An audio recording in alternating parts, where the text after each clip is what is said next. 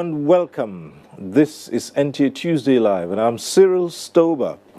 Now, the National Assembly, in what it considers as deepening democracy, presented an Electoral Amendment Bill to the President for assent.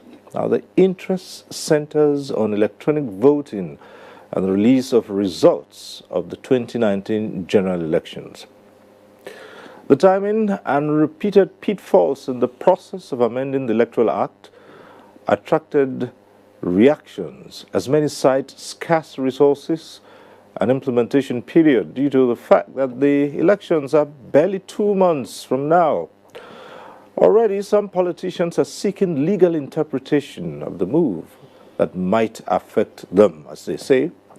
Their reasons include how informed are the electorate at the grassroots for total electronic process when they're still struggling with the card reader system introduced by the Independent National Electoral Commission. Now, President Buhari has withheld assent to the new Electoral Amendment Bill, advising the National Assembly to save the nation's democracy by ensuring that the Electoral Amendment Bill 2018 comes into effect after the February 2019 polls.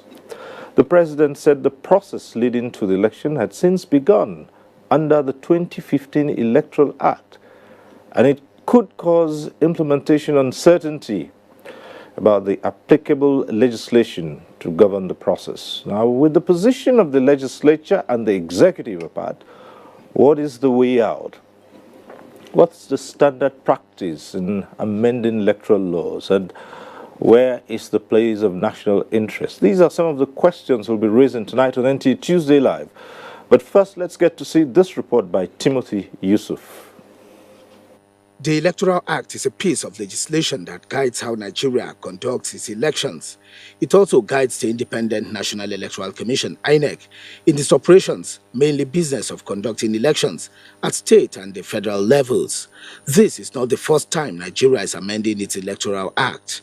Findings show that the Electoral Act has previously been amended in 2004, 2006, and 2010 by Parliament as the nation seeks to strengthen and improve conduct of elections, which is the backbone of any democracy.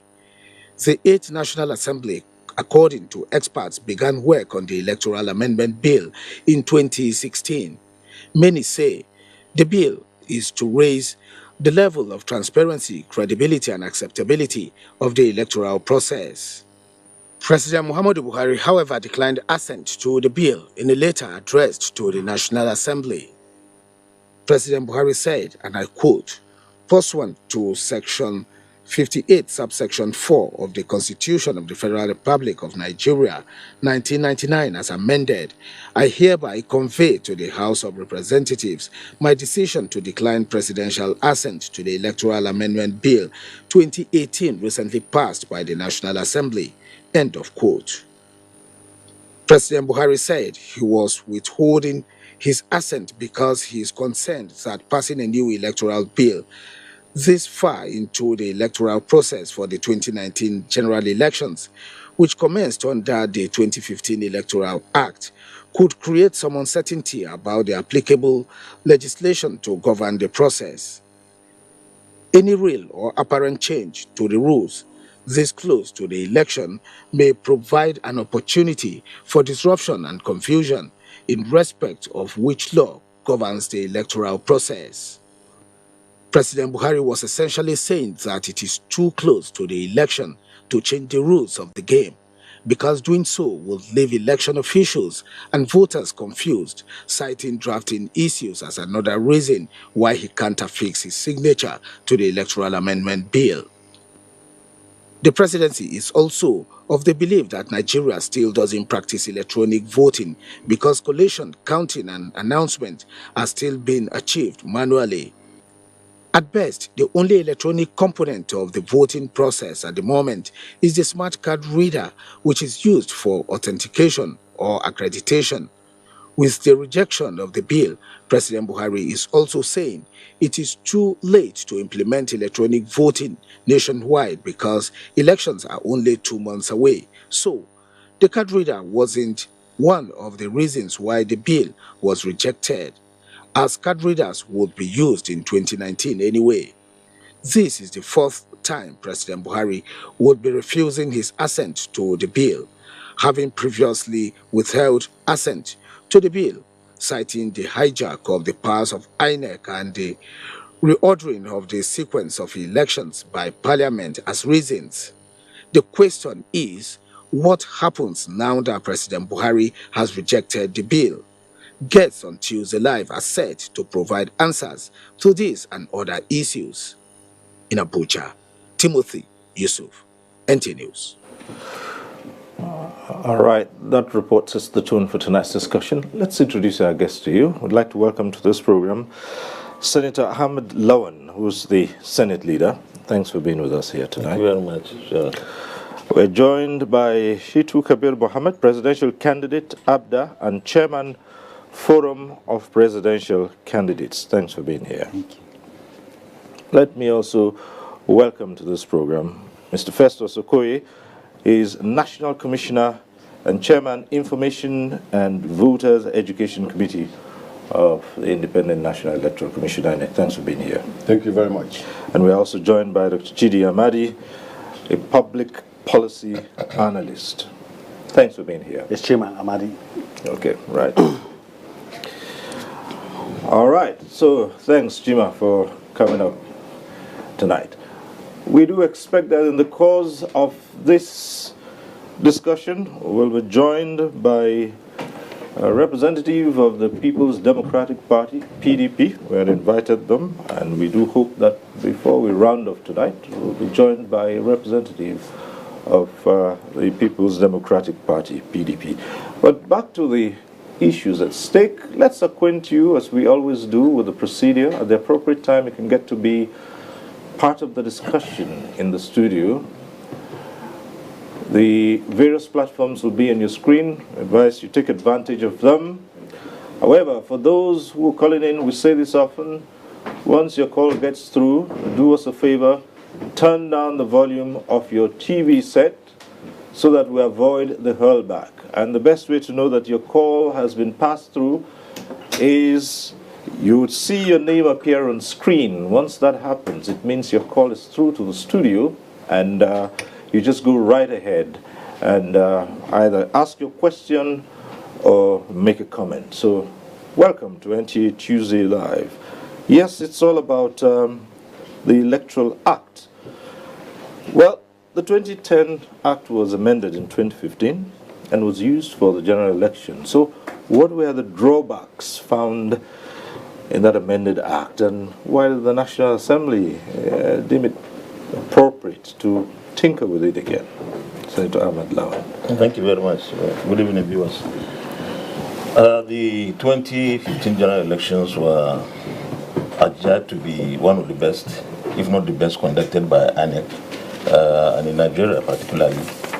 And everybody was, especially the chairman and the commissioners, and INEC generally were commended for conducting those elections.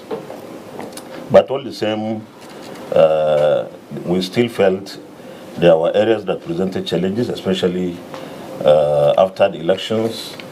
The cases in tribunals and in courts gave us the indication that we needed to amend some of the sections and introduce some new sections, particularly to introduce electronic voting and make the card reader a legally accepted means of identification or accreditation of voters. And we did that. It was unanimous that National Assembly wanted a better process, better procedures, better outcomes in 2019 elections. And therefore, everything we did was in good faith and was in the national interest. But you know that the process of legislation does not start and end with the National Assembly. It could start from the National Assembly, but of course the executive has some role to play, as we all know. And of course, the rest is history, as people say. Because Mr. President, based on the submission of his advisors, did not deem it fit to append his signature or assent to it, and he gave his reasons. So we have played our role. We still have some roles to play in this because the situation is not concluded yet. Right. Mr. President, asked you to take a second Mr. look President at, has indicated that he was withholding assent for certain reasons, including, which is the major one, that the time is too short for us to have to actualize the utilization of the 2018 amendment that we wanted to use for 2019 election. So we still have something to do, or some other things to do. It's not over yet. All right. Yes. So hopefully you take a second look at what the president has drawn attention to. Yes. All right, let's come to the presidential candidate of APDA. And you have been outspoken about this whole issue. As a matter of fact, you went to court. Yes. So tell us your grounds with the whole process. For us, patriotism drives us to this.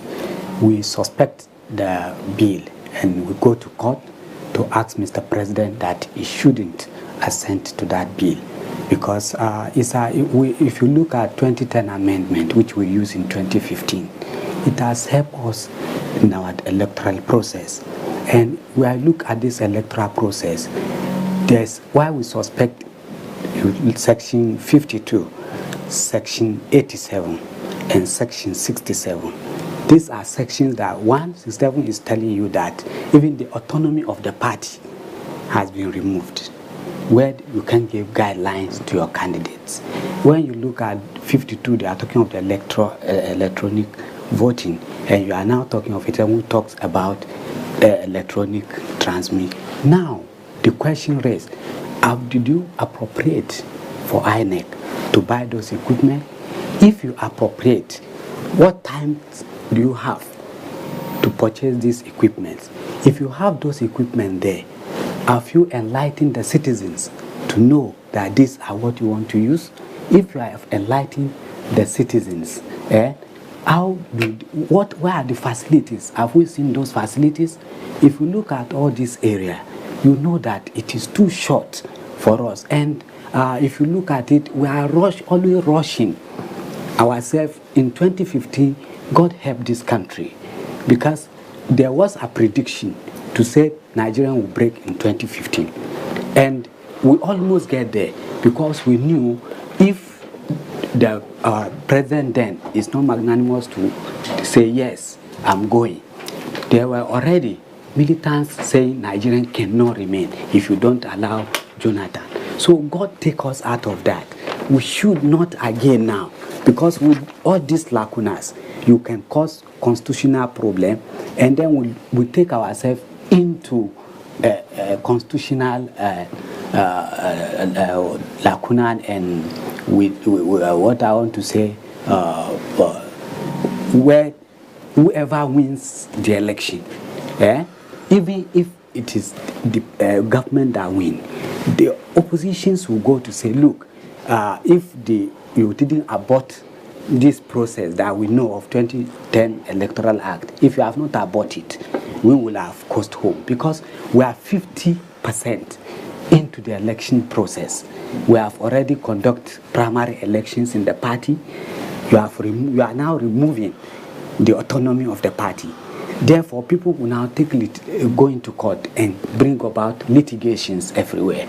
And before you know it, the time 29th of May arrive, there will be no election, and then what do?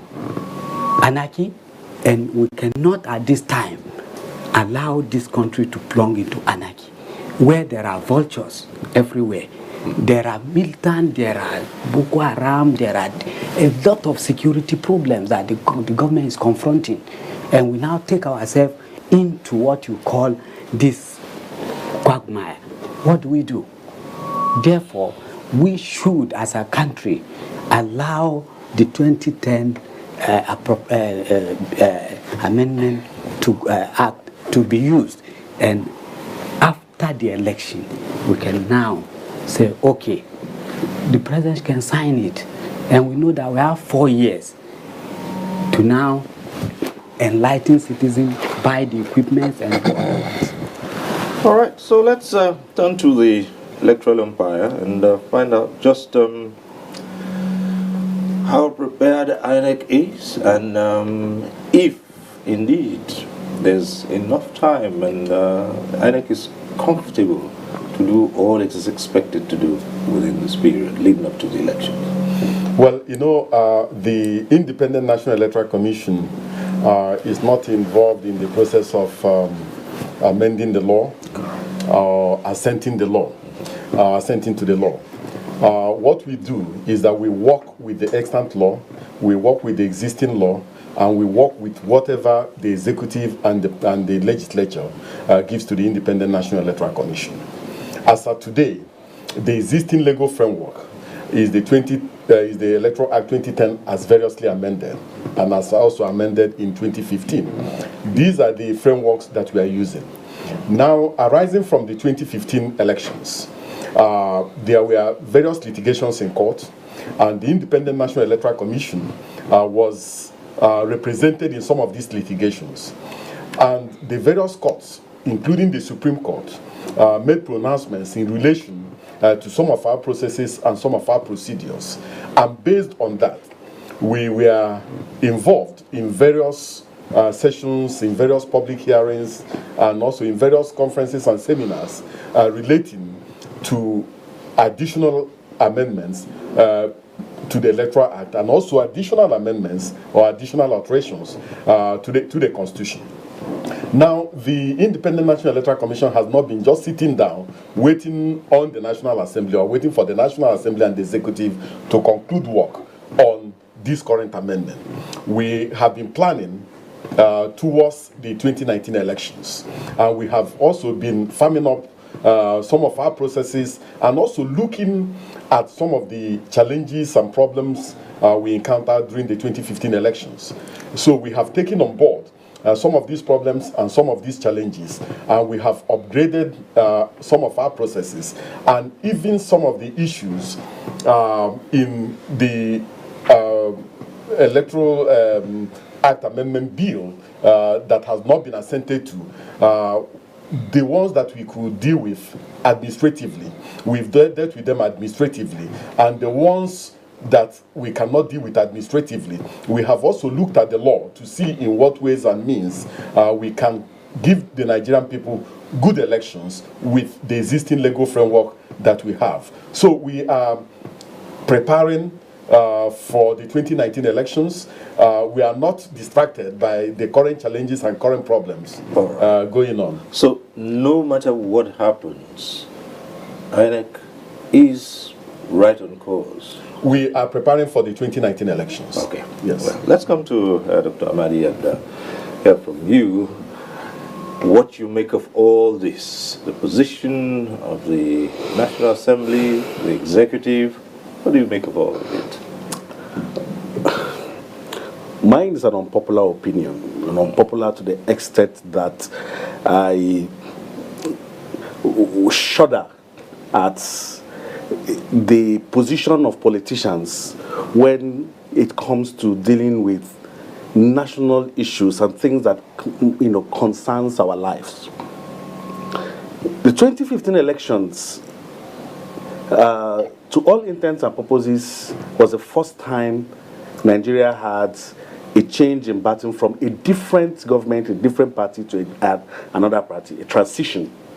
And to that extent, people said the elections were credible, the elections didn't go the way it was anticipated. But Cyril, that election was one of the worst elections in the annals of our history since 1919, if you judge by litigations alone. 81 elections were upturned. 81, if not more than that. As I speak to you, INEC has been dragged to court based on issues arising from the election 660 times.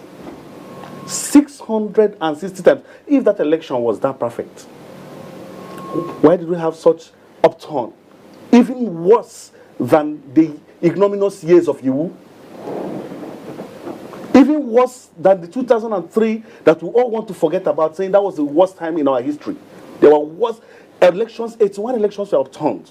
And it is these indicators that people looked and said, there's something wrong here, even though we moved further, we need to do certain things right. One of the contentious issues was one that arose from Rivers State, the Supreme Court, that an election was the tribunal nullified the election of Governor Wike at the tribunal, at the Court of Appeal, and eventually went to the Supreme Court, where certain pronouncements were made that affected the core of the 2015 elections, talking about the use of card readers itself. And so it was important that certain things were done to give some form of legal undergird, legal teeth to the use of some of these things, so that the card reader. Also, don't forget that in 2015, a situation that has never been envisaged in our history, where somebody who was coasting home to victory died all of a sudden. There has not been any constitutional precedent or even any legal precedent to that. And then people sat down and said, to avoid these things, let us look at this situation and rectify it so that when next thing happens, we can correct it. So many provisions and these things were taken into consideration and said, okay, these provisions were brought into the Electoral Act. Do not forget, Cyril, that before this provision, the INEC had taken proactive measures to begin to implement some of these things. One, INEC has started to say, in 2015 elections, there was wide use of incident forms. We no longer want to use incident forms anymore. And INEC, through its own guidelines, in-house guidelines, stopped using, the wide use of incident form, to the extent that in the last election in Ekiti State, only one incident form was used. And then this now INEC says, in terms of its own recommendations to the various committee, like the Honorable Commissioner has said, that these are some of the issues we want to have some legal backings. And somebody sits down and says, hey, because the election is too close, do not forget that in 2015, the Electoral Act was signed May 26th, just 2 days to the presidential election. Do not forget that apart from the issues that will be raised, there are fundamental issues that have been raised, put in the Electoral Act to help get our elections better, to help give us more credible elections. Why would you now at this stage withhold assent because you think it's too late in the game? The truth of the matter is somebody is not telling us the truth, and we need to know the truth to understand why people do not want better elections than we already have. All right, thanks for your comments. We'll come back to you. And just as we started this discussion, we were joined by Honorable Emmanuel Omebije. That's my correct? Yes, thank you. He is the PDP governorship candidate for Kogi State. Right, that's right. Yes, thanks for joining us. And straight away, well, you know the issues at stake. That's true. Let's hear from you. Thank you.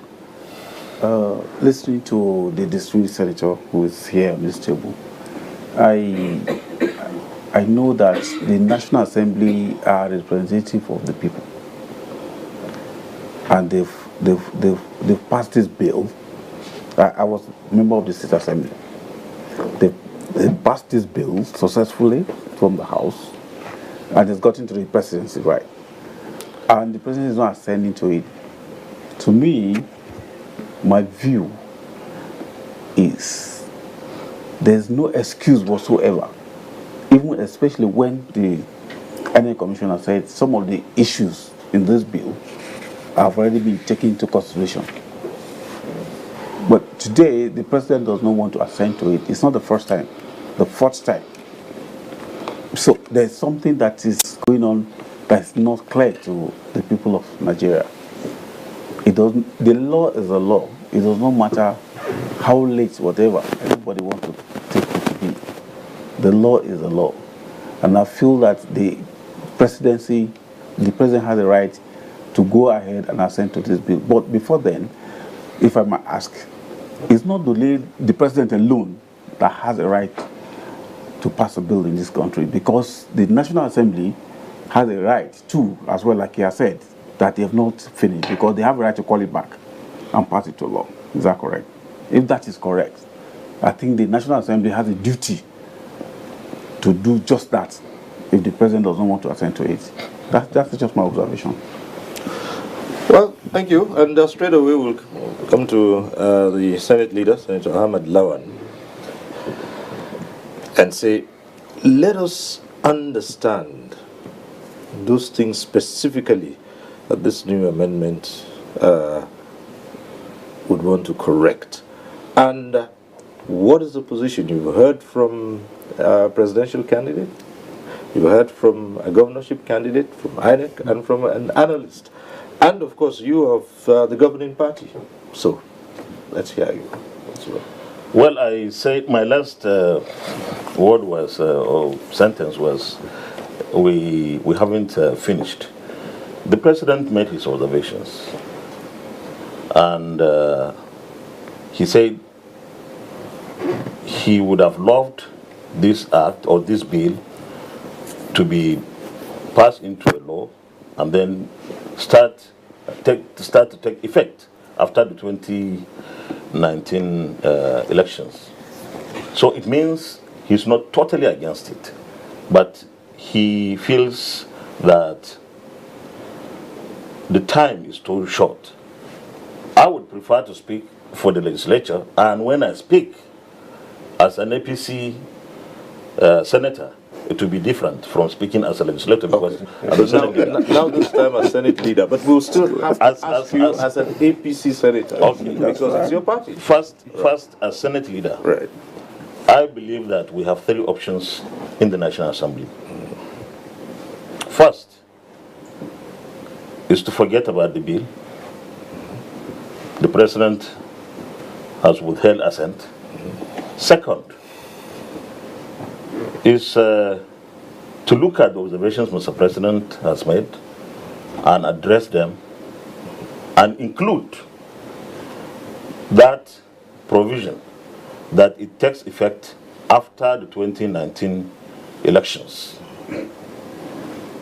And the National Assembly, this current one, will make history that it is the one is our tenure that this bill was passed. Okay. The last one, the last option, Yes. is to veto. And let me tell you, to override the veto of the president. But I made a statement over 2 weeks ago Right. as an APC senator. Right. And I said, at that time, the top leadership of PDP was insistent, was harassing Mr. President, was pressurizing Mr. President that he must sign. He must sign now. He must sign. And I said, hey, this bill is a National Assembly bill. It was not only PDP that passed it. All of us passed it in the National Assembly. And therefore, PDP shouldn't own this bill in a way. And as an APC senator, I decided to defend Mr. President. And I said, Mr. President, take your time with your advisors, go through this bill line by line, take a decision. And whichever decision you take, APC caucus in the National Assembly will stand with you. And that is traditional in all parliaments, because this is our administration. Mr. President decided, based on the advice of his advisors and the reality, I would have wished someone else is doing this talk, not me, someone from the executive side of government. But I believe that as an APC person and as a member of the National Assembly, the National Assembly should pass this bill, create that provision that it takes effect from after the 2019 elections. This would have completed our work, and I'm sure Mr. President will sign it into law, and it would have been part of our achievement as a National Assembly, this current 8th National Assembly. So having said this, let me say that there is too much scaremongering going on. Some people will say there will be no Nigeria if there is, if this bill is not signed into law. I think what the Honorable Commissioner has said here is very instructive and might have enlightened a lot of our viewers that it's not like there is nothing going on in INEC. Something is going on. And we hope that we are able to resolve this issue in the National Assembly so that nothing is left to any chance. Eventually, I'm sure INEC will do a very good job. And I want to commend INEC. Even if there were so many cases in court, INEC did a very good job. President Jonathan, for him to call the candidate Buhari at that time and congratulate him for winning the election, might have seen and became very satisfied that everything was okay, and therefore he could honorably honorably accept defeat. So I don't think the number of cases would tell you the extent to which the success or lack of it of the 2015 general elections. I think INEC did a very good job. All right, so let me just quickly find out from you. Do you have enough time? You say President should go through, he's sent back to you. Do you have enough time to consider the issues and take a stand? And also, you said in your advice to the President, you said whatever he decides to do, the APC caucus will stand by him. So you standing with the President's APC caucus? 100%. All right. And let me tell you why. This is to prevent any contemplation by the opposition that they can simply override the veto of Mr. President. You know, APC is in control of the National Assembly. Even though our leadership, the presiding officers are something else. But we have more in number in the Senate and we have more in number in the House. So we are not going to abandon our president, because everywhere the parliament works with administration. And therefore we cannot be different. If the president, since the president has taken a decision, we stand by Mr. President, but we also want to ensure that his suggestions are considered. He is not totally against this bill, but what he's saying is, let it take effect. Let me tell you something, Cyril. Section 63 of this bill that provides for electronic voting and electronic transmissions, it's a complex thing. I don't want to really defend the position of Mr. President, but when the card reader was to be introduced, I was in the 7th Senate. Jega had to come maybe 2 or 3 times to show us how to use the card reader. And then card reader was deployed before the elections. Transmission of results to collection centers, 150 units, maybe 120,000, 120,000 and some 30,000 voting units, a total of 150,000 across the country. Transmission of results from those centers to either local government collection centers or state or national, including the accreditation results, because you need to send also the accreditation. You need platforms. These platforms are supposed to be customized platforms. You will need to test them. And you cannot call for a national election and introduce something that we have never tested.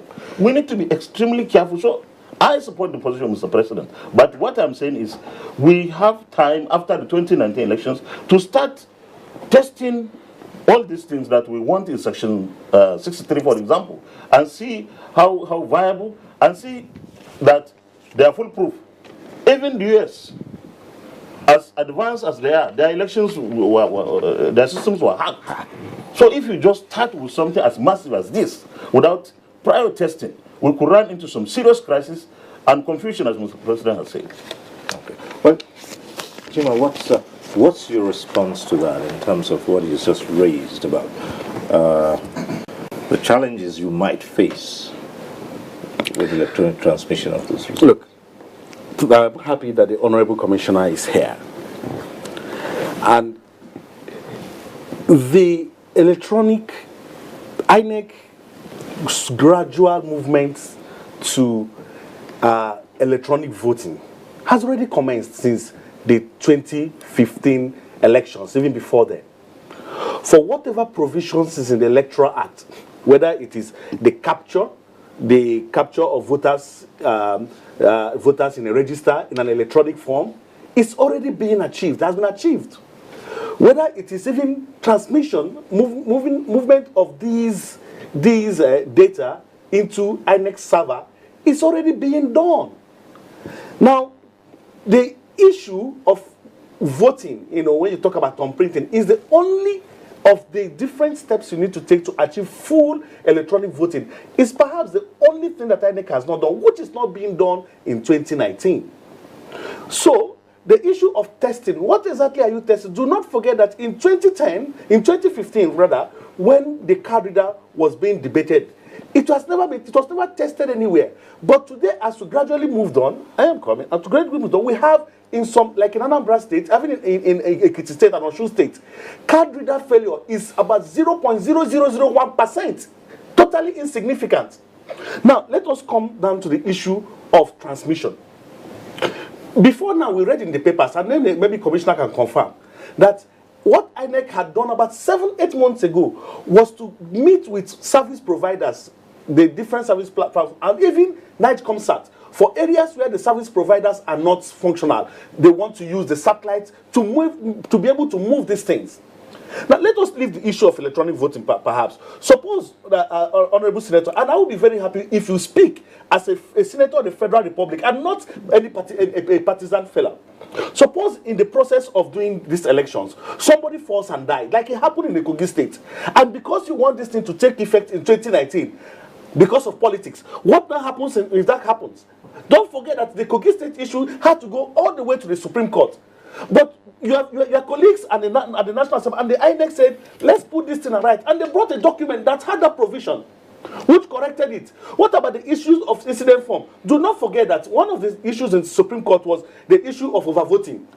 And what this thing simply did is to say, as the law currently has, the law we have says that overvoting is defined as where more people vote than you have in the register.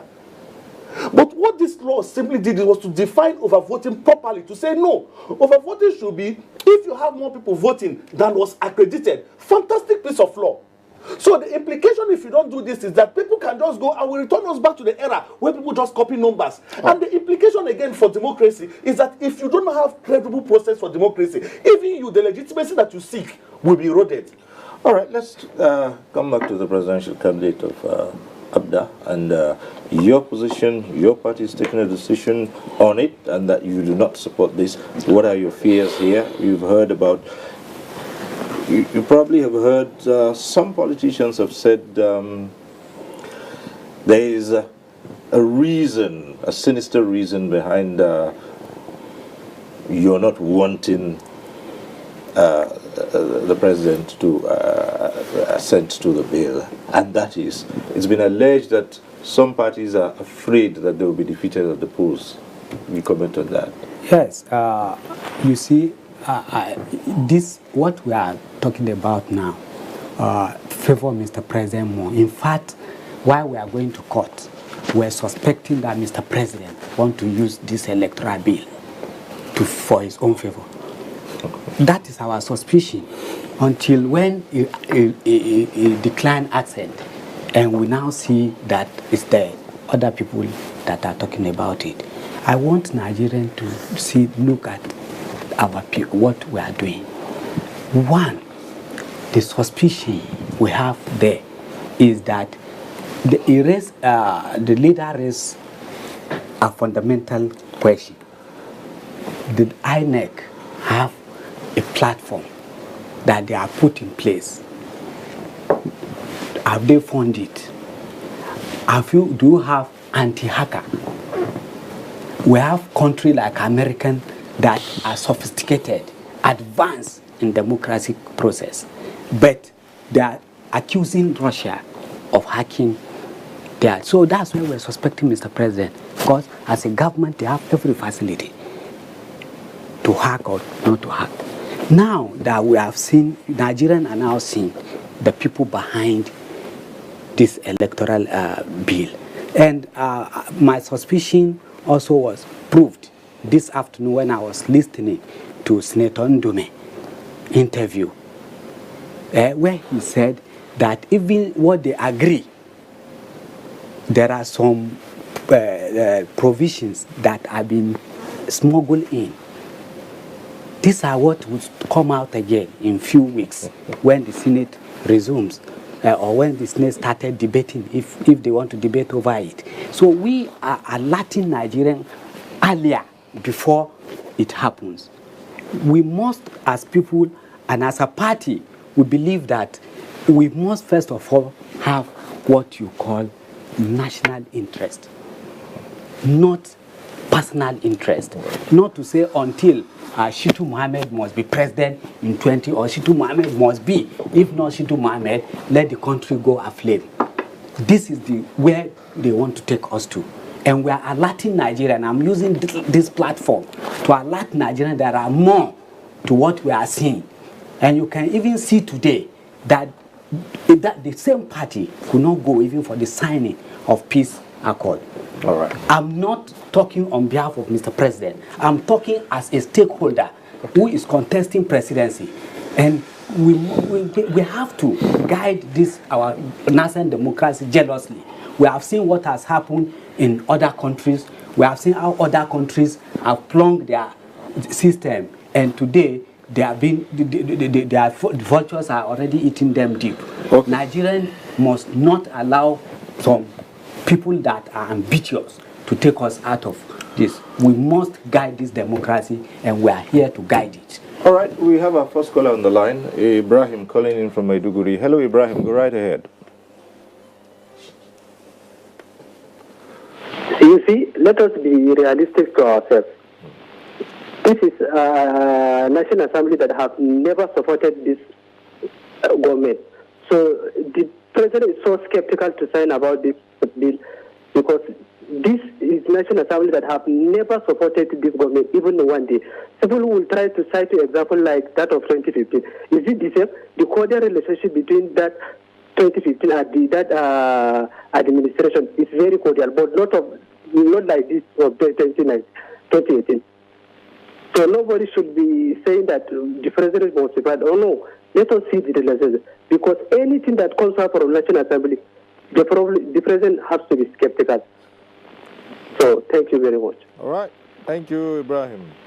Well, it would seem that INEC is in a position where the people say, look, as long as this controversy goes on, then let's really turn attention to INEC and really scrutinize all its preparations and everything about it and see just how fair and free 2019 can be either which way. So we give you that platform to do that. Yes, let me just say this. If you study the cases that went to the Supreme Court in relation to the issue of the smart card reader, you will notice that one, the Supreme Court commended the Independent National Electoral Commission for introducing the smart card reader into our electoral system. The confusion relates to people's misapprehension and misunderstanding as to the relevance and the use of the card reader. The Supreme Court made it very clear, and the Independent National Electoral Commission also made it very clear, that the card reader was introduced to serve two specific purposes. One, to verify that the permanent voter's card that a voter comes to the polling unit with was issued by the Independent National Electoral Commission, that it belongs to the Commission. And two, to prevent the process of multiple voting by people who come to vote. The challenge with some of the petitions that went to the Supreme Court was that some of the petitioners went to the Supreme Court to say that the Supreme Court should use solely the data from the smart card reader as a means of proving overvoting. And the Supreme Court said, no, if you want to prove overvoting in an election, you first of all must tender the voters' register, which is the foundation, which is the base of the electoral process. Then you must tender all the forms used in computing the results.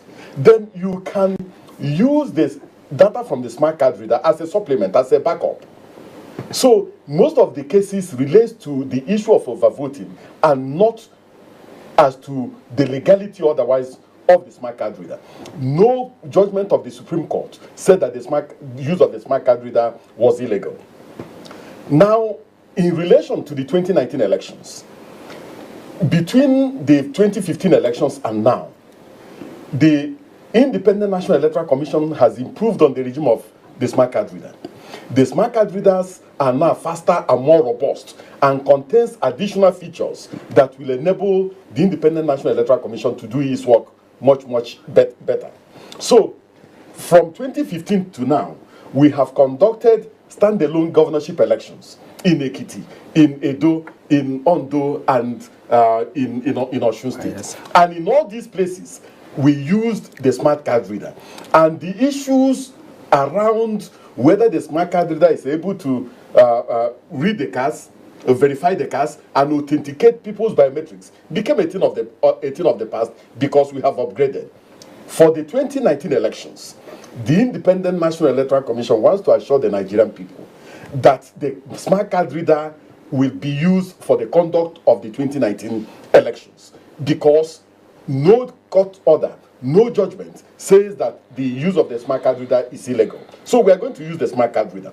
Secondly, on the issue of the incident forms, you know, with the 2015 elections, there were people who were apprehensive as to the place of the smart card reader. So some people attempted to override the smart card reader. Some people attempted to sabotage the use of the smart card reader. And some people also abused the use of the incident forms in relation to the smart card reader. So based on that, the Independent National Electoral Commission has said the issue of the incident forms will no longer be at play.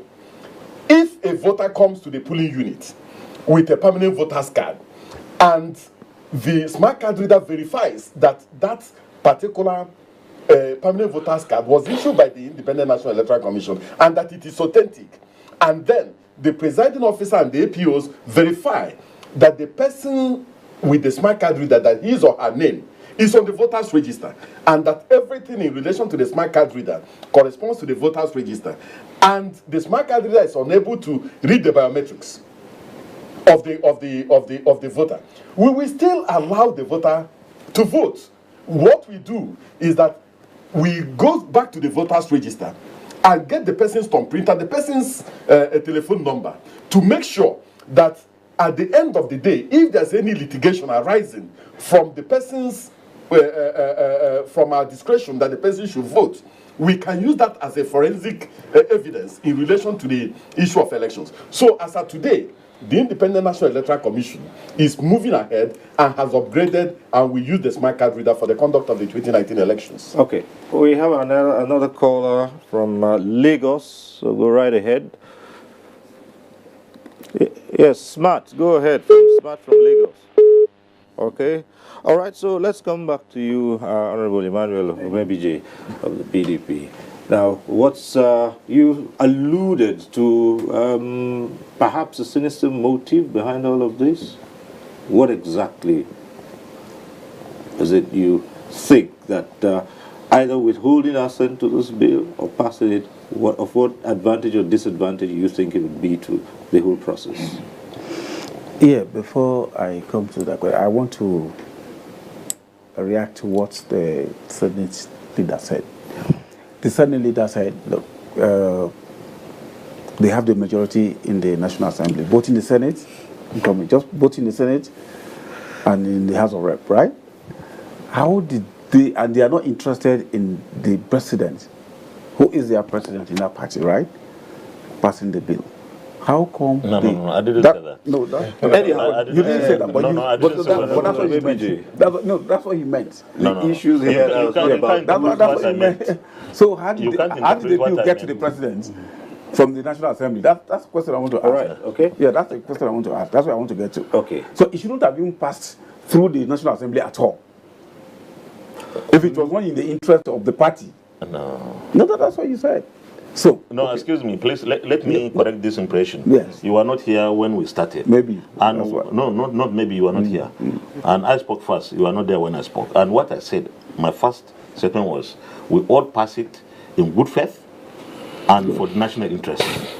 I said that, all of us, regardless of our parties. Yes. So there was no dissension, nothing. But, you know, legislation is not the business of the legislature only. There is participation by the executive, like we know. The president is expected to sign or say no. So nobody said what we did was not right. Correct. What we did was right. But of course, the president raised observations. And this is not the first time Mr. President will be raising observations on bills we sent for assent. He did on so many occasions. And in most occasions, we went back to look at those observations he made and rework the bills and send back. And he assented. So that's what I said at the beginning, and that is what it is. And for the overriding of veto, I said there's I don't think at the moment even any contemplation in the Senate. I don't know the House, but nobody is talking of overriding the veto of Mr. President. But should there be, it is a usual parliamentary practice that we stand by the president, those of us from his party, because we have a duty to ensure that this country is governed well. And at the moment, I'm sure that the Senate will not toe the line of overriding veto. Rather, would sit down, look at those issues Mr. President raised, and for me, I think it's better we look at that aspect of indicating that this bill, when assented to, takes effect after the 2019 elections. When we do that, it is going to count as one of those legislations that we have contributed as a National Assembly. Yeah. And it's, of course, it's something that will be commended for. The other options are not good options. To leave it and do nothing, and then the entire thing dies, or to embark on a journey that will never end of trying to override the veto because it's not possible. That's the truth, and it's not even desirable. Let's call a spade a spade.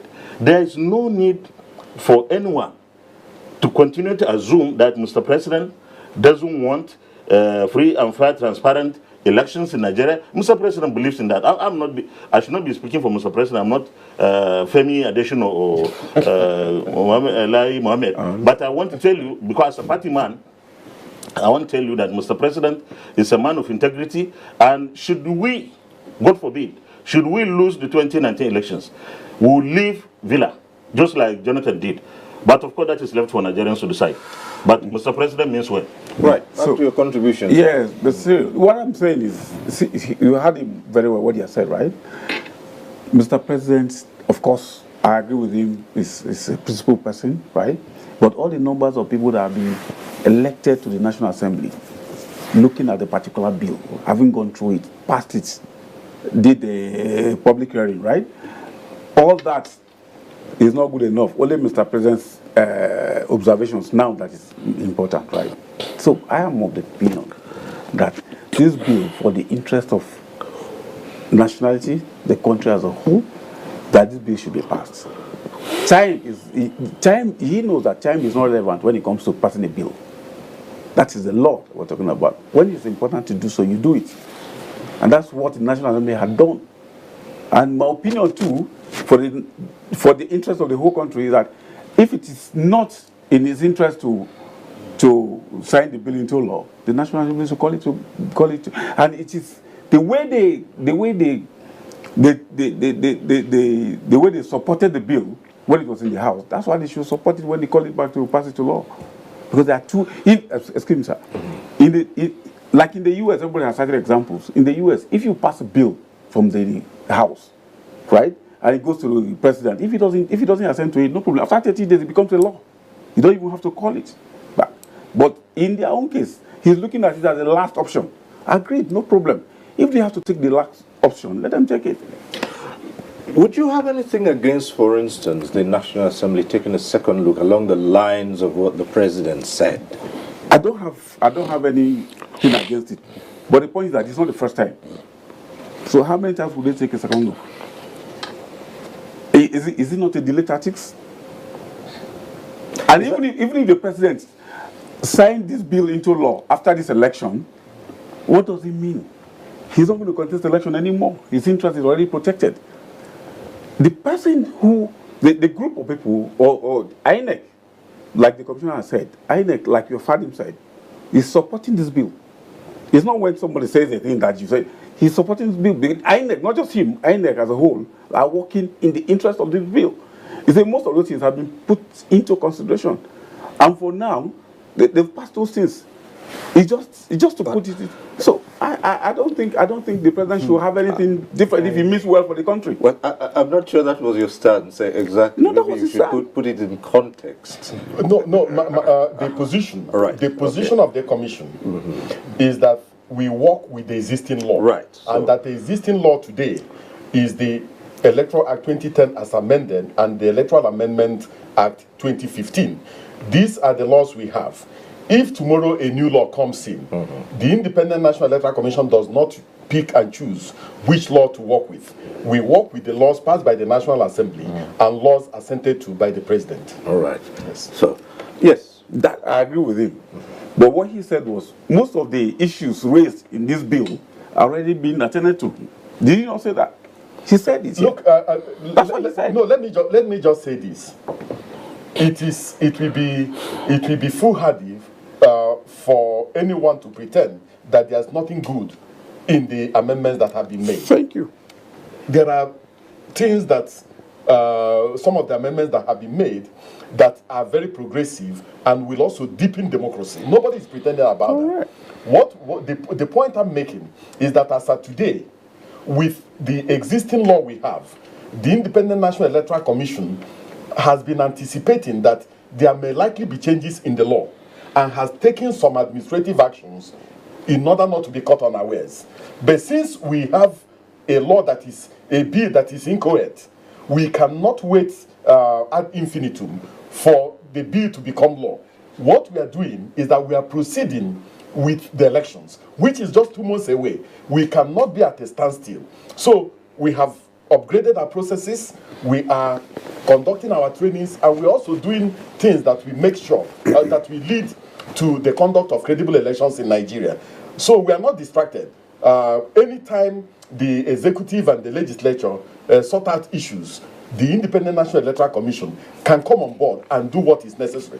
But if you look at the amendments that was made in 2015, it gives the Independent National Electoral Commission the discretion to run these elections in accordance with the way and manner it deems fit, in terms of the process of accreditation and also in terms of the process of collation of results of elections. And we are proceeding with the way we have been proceeding, and since 2015 we have conducted standalone elections, and those standalone elections have been credible. I'm just trying to put certain things in their proper context. It's been suggested in some quarters that if this bill is not signed into law, the 2019 elections cannot be credible. Oh, that cannot be true. Right. That cannot be. Look, in some countries, they are even moving away from electronic transmission of results. There are some countries that people use just A4 paper for the conduct of elections. The challenge we have in Nigeria relates to the political parties and the political elite and the political class. Why the Independent National Electoral Commission keeps on making efforts to improve on the regime of elections. Some of them keeps on moving ahead in order to find ways and means of undermining the electoral process. So the issue is that with the existing law and with our processes and procedures, we can conduct an election that the Nigerian people will be proud of. All right. We'll take a short break here. There'll be more on this discussion after we return. Stay with us on NTA Tuesday Live. We'll be right back. Nigerians, our fearless officers and men of the Nigerian military are winning the war against Boko Haram. Today, all occupied territories have been recovered and Boko Haram has been degraded. Our affected brothers and sisters are getting their lives back. However, they are now after you and me. In our mosques, churches, schools, motor parks, markets, entertainment centers, and public gatherings. Be vigilant. Be security conscious. Report suspicious persons, objects, and movements to the police and other security agencies. The security of our nation is a duty for you and me. Nigeria unite against terrorism. This message is brought to you by the Federal Ministry of Information and Culture. The struggle for independence had been a long and tough one. Our founding fathers and compatriots sacrificed their comfort and even shed their blood. We cannot at this point in history afford to spirit away their sacrifices for immediate but temporary gains of today. Let us emphasize what unites and not what divides us. Working for the unity of purpose with a stronger vision for a better tomorrow. NTA, growing with the nation. Nigeria, the only country we can train with remarkable potentials to excel. Let us believe in ourselves and change our attitude for the sake of our country and generations unborn. Let us revive our cultural values, which are our essence as a nation. Let us renew the spirit of patriotism and hope in our dear country. Do not take or give bribe. Be punctual always. No more African time. We can't expect to be global citizens and operate on African time. Join the queue. Insist that people are attended to on a first-come basis, no matter who they are or where they come from. Nigeria, good people, great nation. Make you report any crooked person, object or wakajube movement to police and security agent demo. The security of our nation now work for all of us, plus including me and you. Nigeria, make we unite against terrorism. Now, Federal Minister of Information and Culture bring on this message.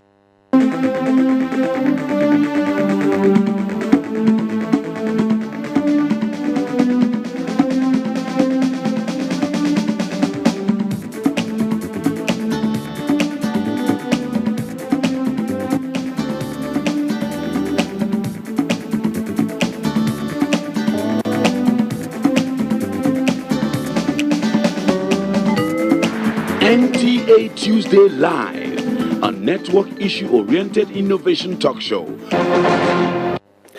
Thanks for staying with us. Let's turn back to the leader of the Senate and ask, all along in the 8th Assembly, there's been this talk about things not going well between the executive and the legislature. And there are Nigerians who would say, this is just another example of it all. Is this part of the whole scenario that's been played out, or this is something fundamentally different? Well, I think this is something fundamentally different, because the product, Electoral Act Amendment Bill, was a bipartisan product. There was no politics involved. There was no APC, no PDP, no APGA. We all agreed we needed to make the elections better, even though we had great elections in 2015. So we didn't have any division. But let me also address the issue of the relationship.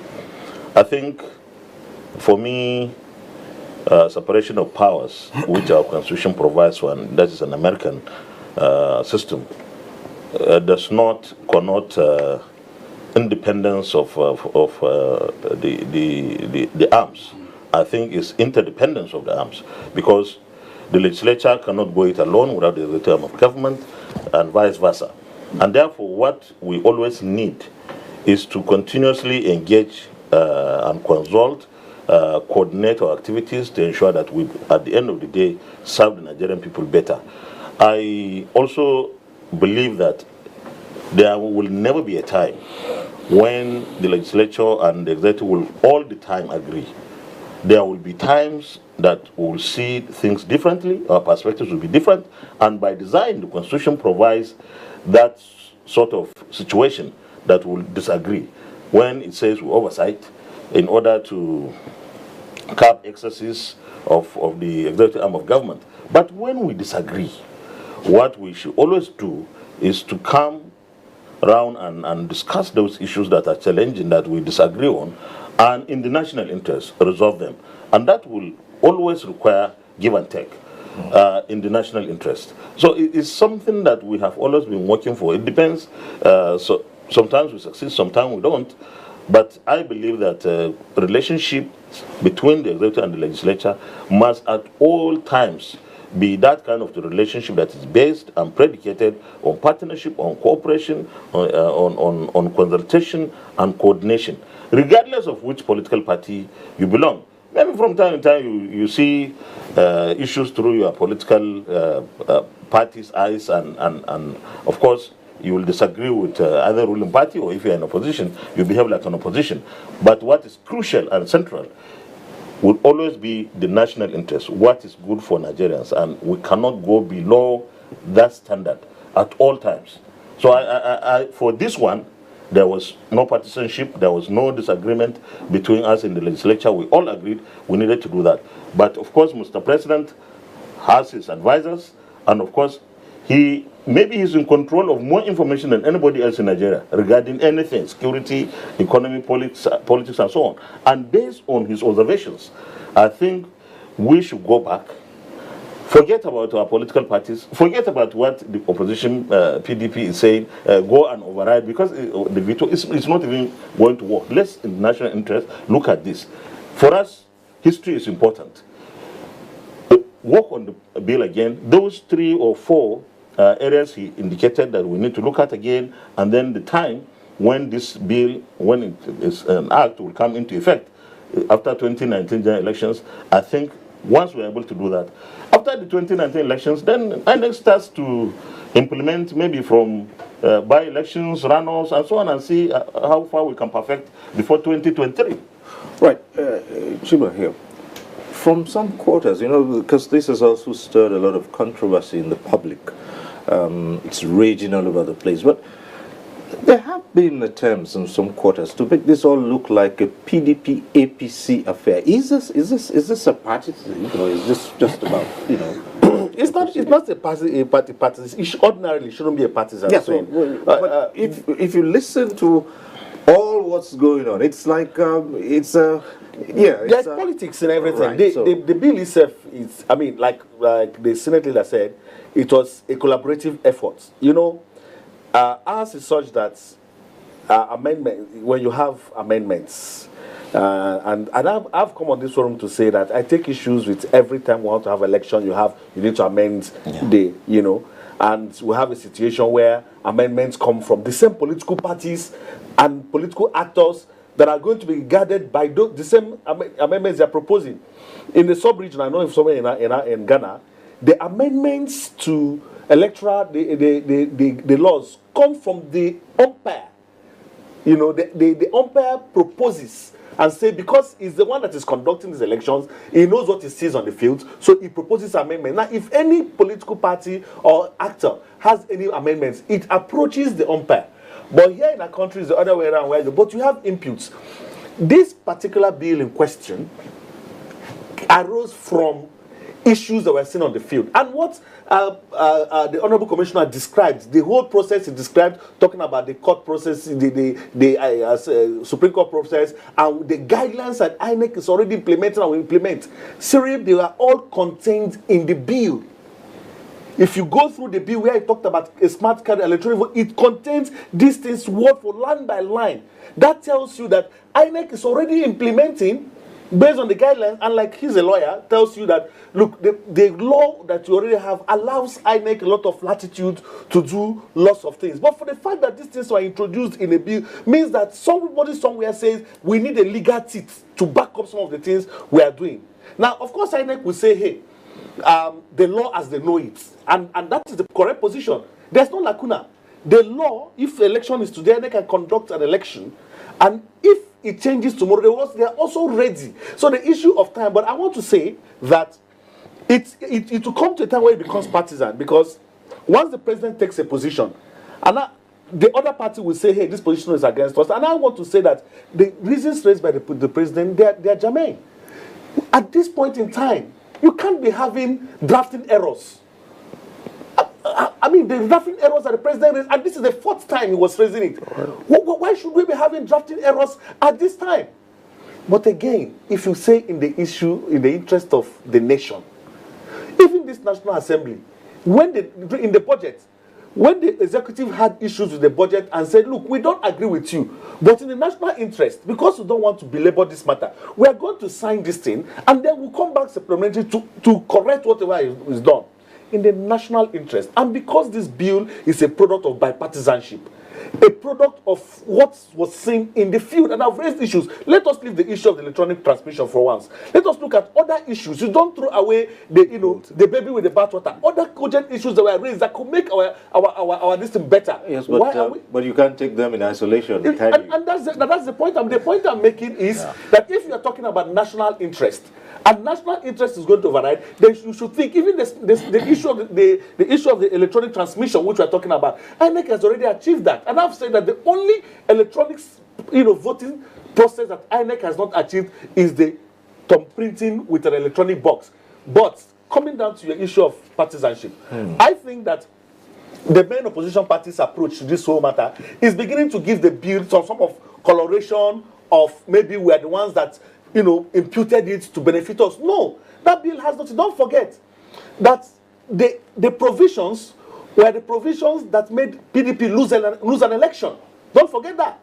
What we should be talking about is how do we guarantee free and fair election, especially now that we have an umpire that is sincere, an umpire that is ready to do what is right, and an umpire that is showing. Let me give you a data. Since 2015 till date that INEC has been conducting election, not one single election conducted by this INEC has been upturned. What does that tell you? That tells you that they've learned their lessons and they're looking at the laws and they're making effort to do the right thing. Why don't we give them the legal teeth to take this thing the whole hog? All right, Shitu Mohammed. You're still on the subject. Some people see this basically as a party thing. Is this a struggle by the parties? Is this by party that Politics is about interest, and your interest is what parties pursue. He pursues his interest, especially if it's an ideological political party. Wouldn't be talking of either APC or PDP or this. We'll be talking of what is better and the interest of our country. And that is the perspective with which I want Nigerians to look at this issue of a bill. A bill that, as Chima said, there are even some errors in some of this, and the president pointed this out. And these errors we are looking at it, that is nothing. The same group of people that want this to be derailed are looking at those clauses, and at the moment that we conduct this election and it's not favorable to those groups, they will still come back in disguise and say, look, for so provision, so will have happened, and we'll plunge ourselves. And that is why, for the interest of the country, we are saying, let's the bill wait. 2019 is just 2 months to election. You don't change. And let me bring you, people are talking of only electronic. Are you talking of even the political parties?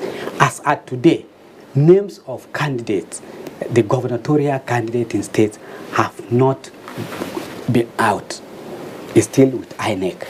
And then if president have signed that bill a few days ago, where they said parties, they've removed issue of that party cannot give guideline, and you have litigations already going on.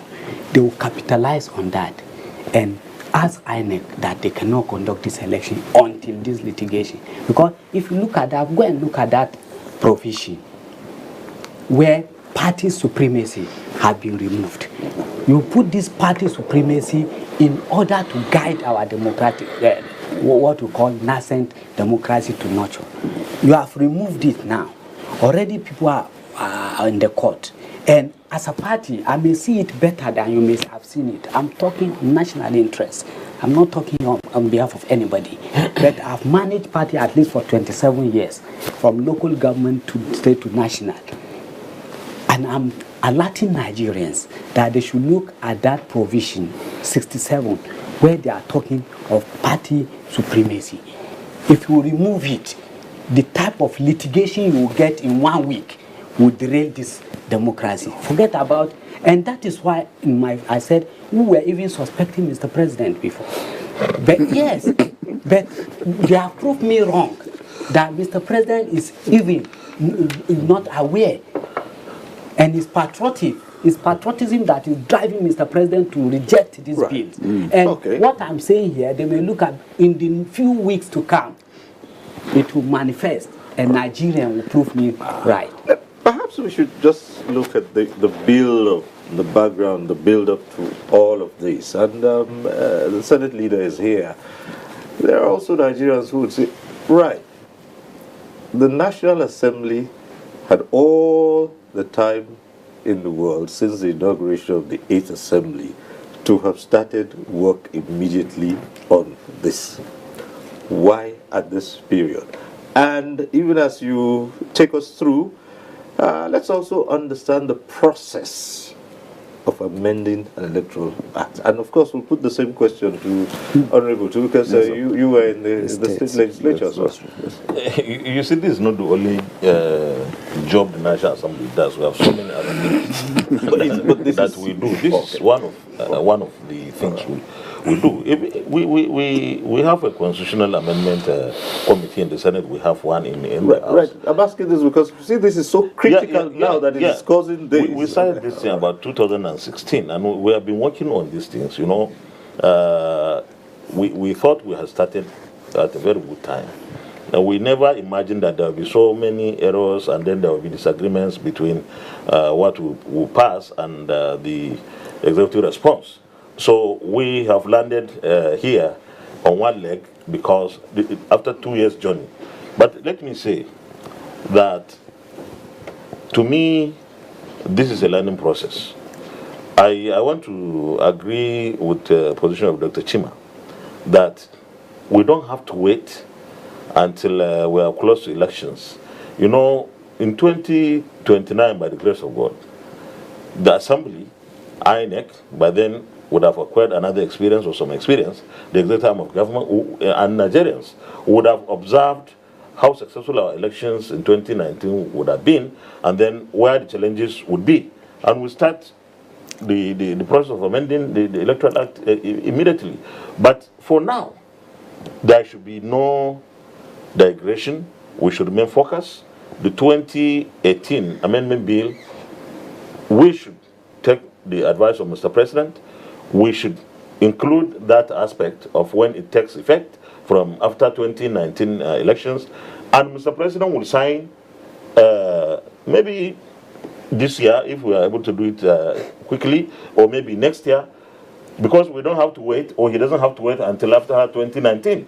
He signs, and we would have concluded the process, because we have gone so far. We have gone maybe 98% of the process. So we shouldn't lose the opportunity of this heavy investment we have made in this amendment process. I believe that we, in the Senate, I cannot speak for the House, but my take is, in the Senate, we should be able to look at this request of Mr. President in a very bipartisan and patriotic manner and come with a conclusion that, okay, let's address those typographical errors or whatever, and then this act takes effect after the 2019 elections. Period. We would have finished our job, and INEC would continue with its determined journey to ensuring that 2019 elections will even be better than 2015, because I believe that INEC is improving by the day, and we must give them kudos that they have so far shown the capacity and will to conduct even better elections than they have done between 2015 and now. So we should not be worried. And people, leaders, I want to take this opportunity to speak to our leaders. Leaders, we owe Nigerians the responsibility to be truthful. We should not misguide Nigerians that Nigeria will come to an end if the 2018 Amendment Bill is not signed. Nigeria will not come to an end. In fact, INEC is determined to do a very thorough job, and Nigerians are prepared to cast their votes, and every vote will count by the grace of God in 2019, and the winner will win. All right, we go back to the phones now. We have calling in from Niger, Haruna. Calling in from Niger. Hello, Haruna. Okay, we can't get through on that call.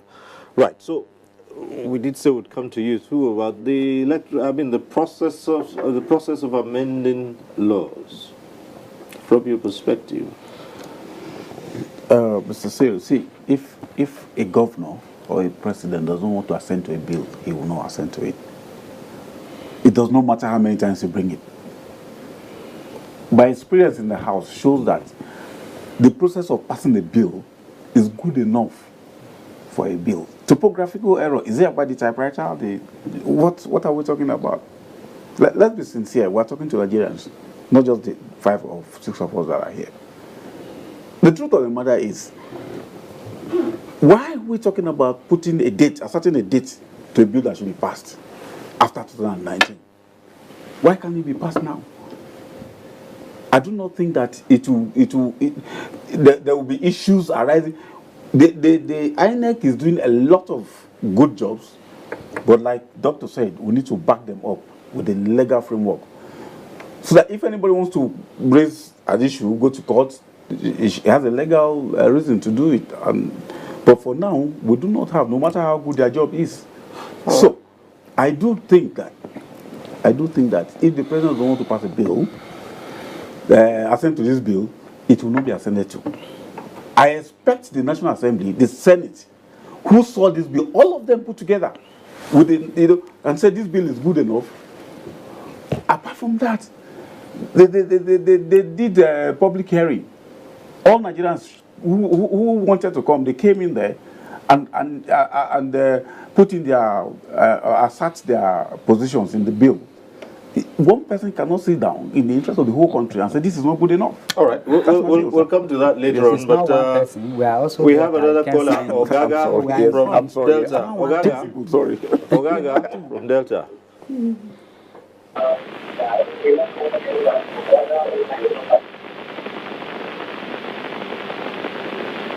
Yes, hello, we're waiting. Hello. Yes, go right ahead. Hello, good evening. Good evening, go ahead. I want to commend all the speakers in the House. Great night, great Tuesday night, Cyril.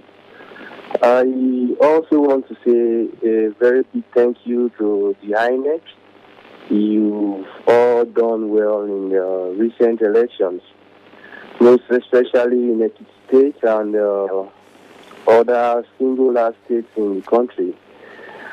The Senate leader, sir, I am very sure that this Electoral Act bill have gone through thorough hypnosis all through the process before the Senate accepted and assented to this bill before passing it to the presidency.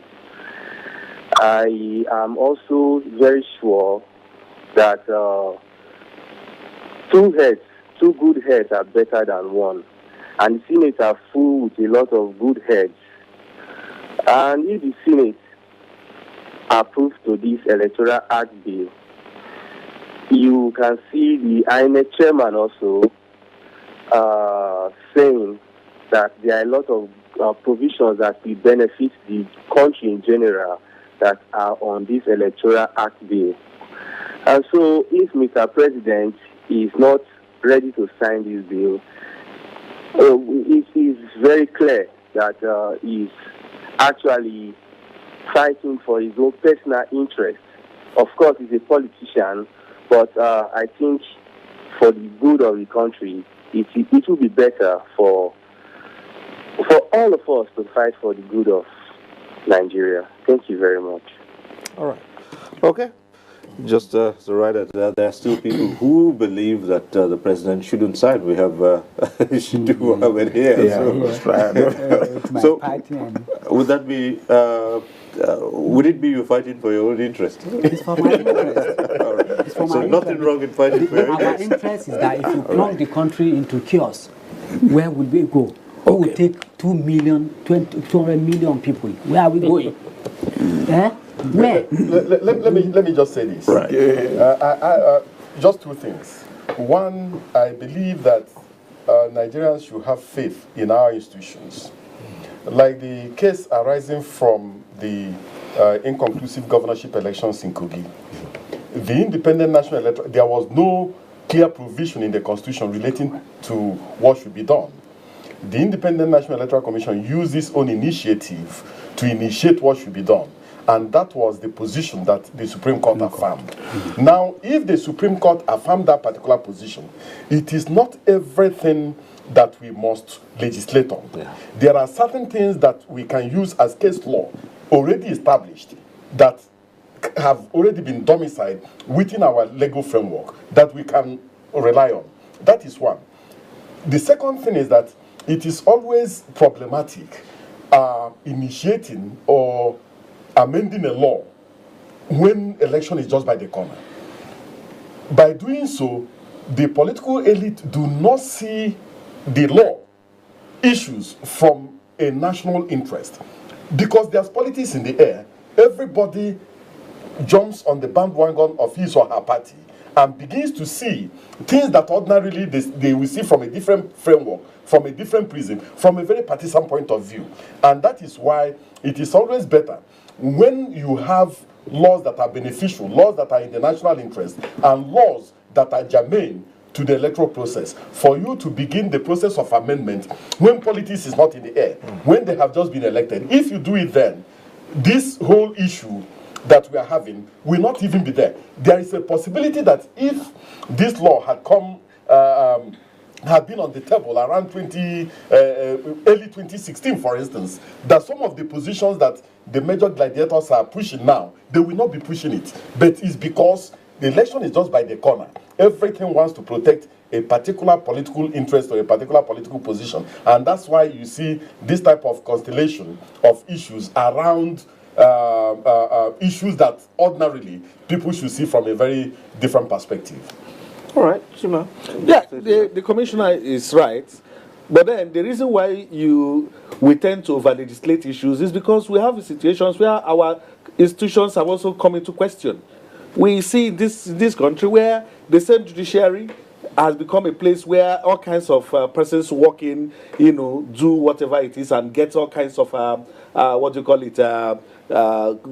judgments and rulings. Just some months ago, the INEC chairman was almost being committed to prison when somebody got a judgment asking that he should be held in contempt. We've seen that happening where people bring all kinds of judgments. So it is important that when you have laws that put things into proper perspective, and these laws, like I said, I am not one of those people that believe that for every election cycle you should have a law. I think it is ridiculous, But since that has become the norm, and you have situations where, institutions, actors, observers, people go to this based on what they see on the ground, come back to say, let us amend our laws so as to have better elections, so as to give, legal teeth to whatever the umpire or even what umpires we actors are talking about. The politician here is still going on and on about removing sovereign. Nobody removed anybody's supremacy of the party. What the bill mainly talked about is the process of nomination of a candidate. And to say that a party cannot just wake up and decide arbitrarily who he gives. And that is what the president was saying. The president was actually talking about the issue of nomination of candidates, where parties do as they want. And then now we're saying, let us bring some level of sanity. You can't just mention any amount you want and just remove and insert the way you want. That was content. However, having said that, the beauty of some of these laws is it also inspires confidence, even in the public. Because perception, they say, is everything, especially in our climes. Where you leave certain things to guesswork, where you leave issues to maybe or maybe not, you have nefarious activities, and perhaps that's what the politician is talking about, individuals who will cash in on it and begin to do things that will be inimical to democracy. Having said that, I agree that a lot of times have been wasted. When this law was brought in 2016, the majority party then was the APC, if I'm not mistaken. They had the National Assembly, the Senate, they had the control. There was no problem.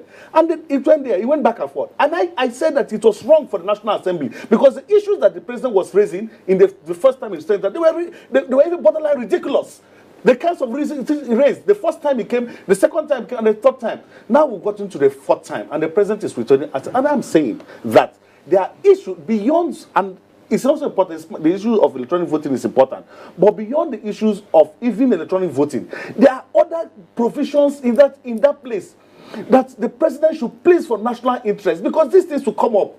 Whether you talk about the death of a candidate, whether you talk about other issues surrounding small provisions there, he needs to look at this thing, and for the interest of the nation, take the decisive step of signing it. However, if he decides not to sign it, if the 2010 Election Act was good enough to give us, an election, I think it is good enough to also be driving, especially given the fact that we have an activist INEC that has taken proactive steps to even begin to implement some of the things that are included in the amendment bill. Right.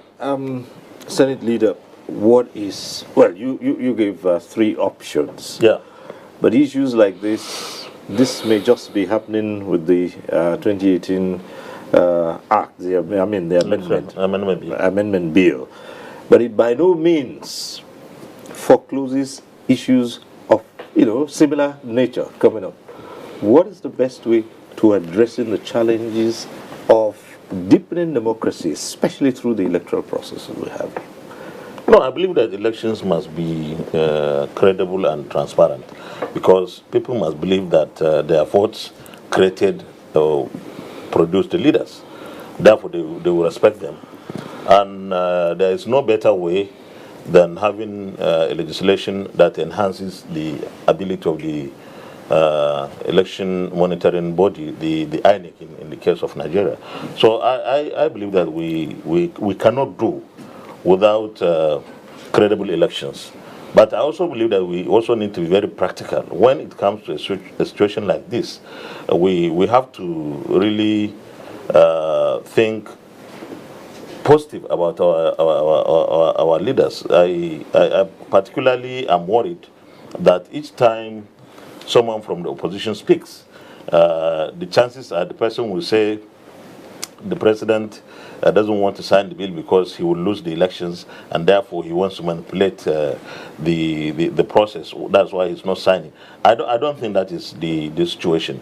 I believe that the situation truly is we have lost time, we have lost ground, we are at the verge of elections in the next 2 months or so, and therefore we may not have sufficient time to try to test some of these provisions, especially Section 63 that we are trying to bring electronically transmitting to collection centers across the country. So I think that the 2019 elections will be conducted in a very transparent manner by INEC, because INEC has grown, and I have no reason, and in fact no Nigerian should have any reason at the moment to doubt the ability and capacity of INEC and those that are in charge to produce very good and fantastic elections in 2019.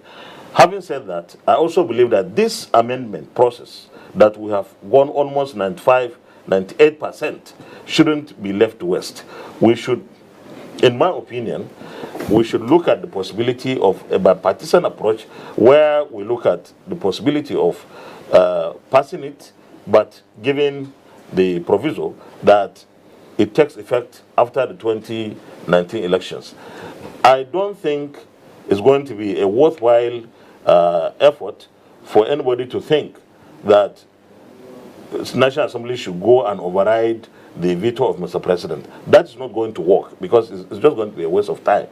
I believe that not only APC members of the National Assembly, but even among the opposition, there will be some that would like to see the issues through the eyes of the observations of Mr. President. And therefore, we shouldn't, in this twilight of our tenure, cause some unnecessary upheavals in the National Assembly in the name of trying to override the veto of Mr. President, something that cannot happen in any way. So I think we have a debt with history, those of us in the National Assembly, that we shouldn't waste this much effort, this much resources that we have put in the process of amending this Electoral Act. We must ensure that we complete it full cycle, and the way to go is not to abandon it. The way to go is to do what we think should be okay with Mr. President and Nigerians, so that we get our credit for passing the bill, rather than just losing all the opportunity and investment that the National Assembly has put there. All right, let's come to you once again. We out of this, and how to finally lay this to rest. For us, we believe that INEC being represented here has heightened our hope to say, look, we are even gone beyond what Nigerians are thinking. And he cited the example of when they bring these card readers. There was suspicion, but it worked. And today, Nigerians are praising them for it. They are telling us now that they have gone ahead. So this electoral bill that we know we are suspicion about it, we are urging Nigerians that it's not the end of this. We should keep it because there are a lot of things that will derail our democracy. Now, let us have confidence on INEC, as he has stated, and then let our country, let national interest override our own personal interest. And if you are not, we should not be suspecting ourselves to say, a president. We should know that this time around, we must get it right, and so that the future will be bright for Nigeria. Right, Shiva. The politicians here will not be suspecting ourselves, but he will be the one suspecting everybody. So I think two things jump out. First, the current act was signed May 26th, 2 days to the elections, and nothing happened. So what is the time we're talking about? That election. Just hold on. Number two. It almost. If this bat is good enough for 2023, I think it's also good enough for now. But however, having said that, I need to assure Nigerians, and I assure this, my interest is not in the APC or whatever. I'm interested in the institution. I need to assure Nigerians that INEC is ready. Electoral Act amended, whether signed or not signed. If the election is today, this INEC is ready and the election will be credible. Why do I say so? And I'll give you data. Since 2015, INEC has conducted about 89 elections or 91, between 89 to 91 elections. Fantastic elections. Most of those elections I observed as an observer, or my organization was there on the ground. Fantastic election. For the first time in the history of our country, an election that took place in 30 local governments with over 40 candidates. The margin of victory was just in the first ballot was 234. That tells you that there's competition, there was credibility, there's openness, there was fairness on the part of the umpire. So far, for the first time in our history, an election was conducted in Ondo State where virtually everybody there was a son, one, legal luminary or not, and nobody went to court. In Anambra State, for the first time, INEC achieved results that was not contested in the history of this democracy since 1999. Anambra elections always ended in courts. Nobody contested it. Is INEC perfect? Certainly not. Are they getting it right? Yes, they are. Better than 2015. However, having said that, I think that to give INEC the further push from a president who everybody, and I want to assure Nigerians that the president may not have the finesse of approach, but the president means well for elections. Here is a man that has lost election on 3 occasions based on, most time we have agreed that sometimes it was because of manipulation of the process. I don't think that man will want to preside over an election that will be manipulated. But again, the way you approach this matter of whether to sign or not to sign is important. If you think that there are certain provisions in that place that you want to, because you don't want to sign a faulty process, communicate it and work with them so that we can get a bill that works for everyone. This bill will further strengthen the good job that INEC is already doing. Thank you. Right, Honorable. Yes, sir. What's the way out? Just like Dr. said, and INEC too, I quite agree that signing this bill will not derail the electoral process or the election. And whether signed or not, it will not put the country in jeopardy. That I agree. But what should be done should be done. I still agree that, or I still think that the National Assembly should send this bill back to the Mr. President. Without taking a look at any of the issues. It's not about looking at it, they are looking at it many times. They are looking at it 4 times. First time. The issue raised now was not raised in the last one. That's why I said if a president or a governor says he's not ascending to a bill, there's nothing you can do about it. There's nothing that you can do about it. That's a veto. That's why provisions is made in the constitution that could be vetoed. I don't know what harm that will do to the National Assembly. But as far as I'm concerned, a law is a law in the interest of the country. All right, gentlemen, there's something that always plays around in my head, and I'd like to ask it. For obvious reasons, we have not asked the INEC commissioner about how to resolve the issue. That's his because for very obvious reasons. But this plays around in my head all the time. Do just laws make a society? Said the leader. Let's have the laws. The law is it. This is what the law says. Do just laws make a society?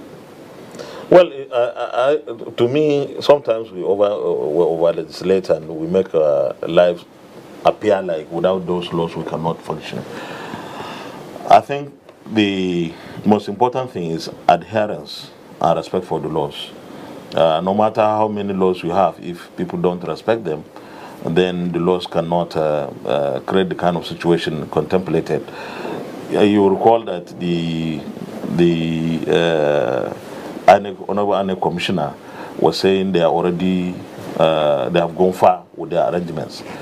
So even without any additional provision, that is without the amendment, they could still conduct the elections in 2019 in a very transparent manner.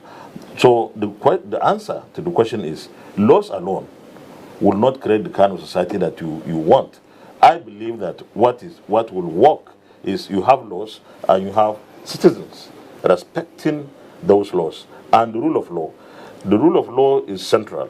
Whoever is at fault should be judged, prosecuted, and that will be a deterrent. That will reduce or eliminate impunity. But where people do not respect laws, maybe because they are big people in courts or they matter and others don't, this kind of thing will never create a society that you would admire. So all these societies that we call orderly societies or developed societies, they respect laws. And maybe they don't even have the number of laws that we have in developing countries. Maybe the kind of laws, our constitution is as big as anything. The American constitution is very small. Yet they are able to create a society that is far better in terms of order, in terms of respect for those institutions created, and so on and so forth. So we have our laws, but we must respect those laws that we create. Okay, so we'll ask the INEC Commissioner. You're a lawyer. Yes, so. yes. I agree with him. For me, the biggest challenge we have is from the political elite. Most of them do not seem to believe in the democratic process. The Independent National Electoral Commission introduced the card reader as a way of bringing some level of trust and some level of confidence in the electoral process. And then this is deployed. And then somebody goes to design his or her own processes on how to undermine the use of the card reader in the elections. Now, we started using the card reader, and it was no longer fashionable to carry the ballot box and carry ballot papers. And then people now started carrying bags of money to the polling units to go and corrupt the electoral process. I believe that if the political elite imbibes democratic norms, if the Nigerian people focus on the political parties as they are, and get them to even obey their own rules and their own processes, and transpose those rules and processes to their own perception and their own relationship with the electoral process, we may begin to have some level of sanity in our electoral process.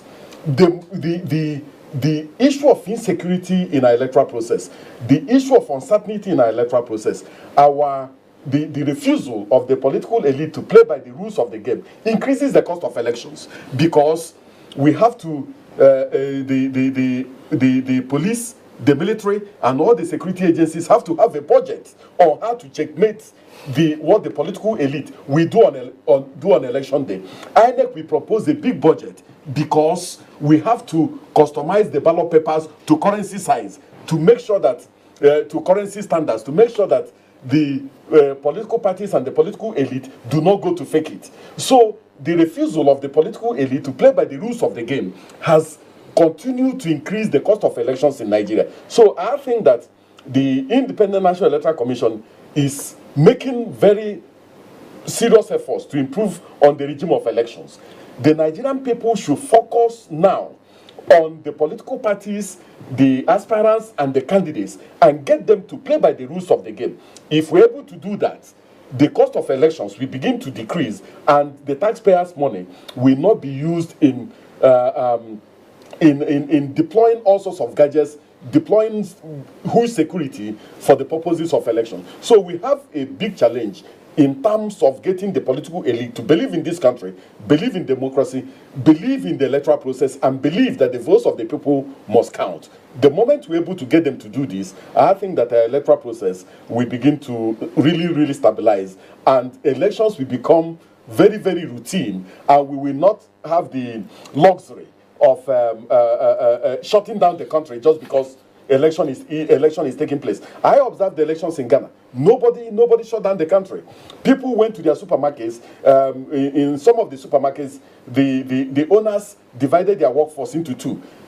One portion should go and vote between 8 o'clock and 12, and then they come back to the supermarket, and then the remaining workforce will go and vote thereafter. And yet, they had more voter turnout than we have when we shut down the country. So I think that there's something fundamentally wrong with our approach. Our elections should be a routine civic responsibility and a routine democratic process that is devoid of violence, devoid of malpractices, and devoid of all sorts of malfeasance that we witness during elections in this country. All right, so that was what I was going to draw attention to, Chima. Not all about laws. No, it's about laws. It is about only. Yeah, it is about law because yes, it is about law because you do have so many laws. Yeah, yes, it is important. See, the problem, Cyril, how have those, just the mayor having those laws? The problem, Cyril, is not the laws in itself. Oh, okay. The problem is that when those who are supposed to enforce the laws, you see, that's where we're missing it. And maybe that's why the Honorable Commissioner, in mentioning the culprits where we are, didn't mention why. I don't know if it is by design. The security. Yes, the people that are supposed to enforce the laws. You see, look, you will only be wishing for an ideal society if you want the human mind, who is inherently wicked, who inherently wants to compromise, inherently wants to cheat. And you ask that man to do the right thing, or to forget the laws, he will not do the right thing, because that's the status, that's the nature of man. Now, when you have that nature of man, the laws and enforcement of the law is what makes that man do the right thing, because he knows when he does, he commits a crime, he will do the time. Unfortunately, you have a security, system and law enforcement officers that will not enforce the law, which is product of the same society. Yes, they will not. It's a product. What's no, the point is you have a collusion here. The collusion between the political actors and the security. The security. You see, the thing is this: if at the end, and we talked about it here, if at the end of every election, security agencies begin to pick up these actors that come in, no matter who the party belongs, even if you're a big man, pick them, prosecute them, and ensure that they get, they serve time. I assure you that it will get to a point in time we will even forget these laws, and people will do the right thing, knowing very well that if they fall outside the law, they will serve the time. But we don't have that here, and so that is why it's important. Every society must be guided by law. Even in America, you talked about, you only talk about the amendments. There's so many statutes that that govern the American society, and that's why the definition of institutions has, by Douglas Money, said to be it's just about laws, rules that guard system, that guard the fabric of society. If you don't have those rules and people respecting them, then what you have is anarchy. So laws are important. Yeah, well, okay. The point of the question was not to say laws are not needed. My question actually was, laws alone, you do have them. What have you done with them?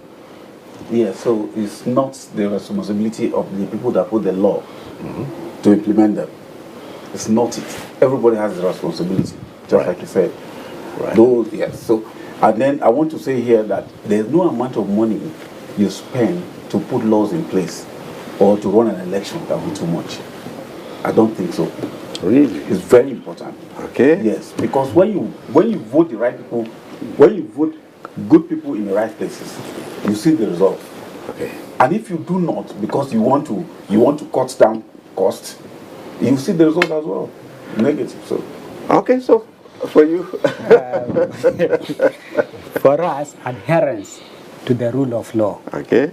And until we grow to fashion our democratic process with our culture, according to our culture, and stop borrowing from the foreign democracy, I think we will see a better days ahead of us. So, as I always say, no one program can take care of all the issues, and we must leave this conversation here for now. Just left for us to thank our guests for having come on tonight. Senate Leader, Senator Ahmed Lawan, thank you for being here. Thank you very much. Right. And the presidential candidate of ABDA and Chairman Forum of Presidential Candidates, Shitu Mohammed, thank you. Thank you. Let me say a big thank you too to the National Commissioner, Chairman, Information and Voter Education Committee, Independent National Electoral Commission, INEC, Mr. Festus Okoye. Thank you for being here. Thank you too.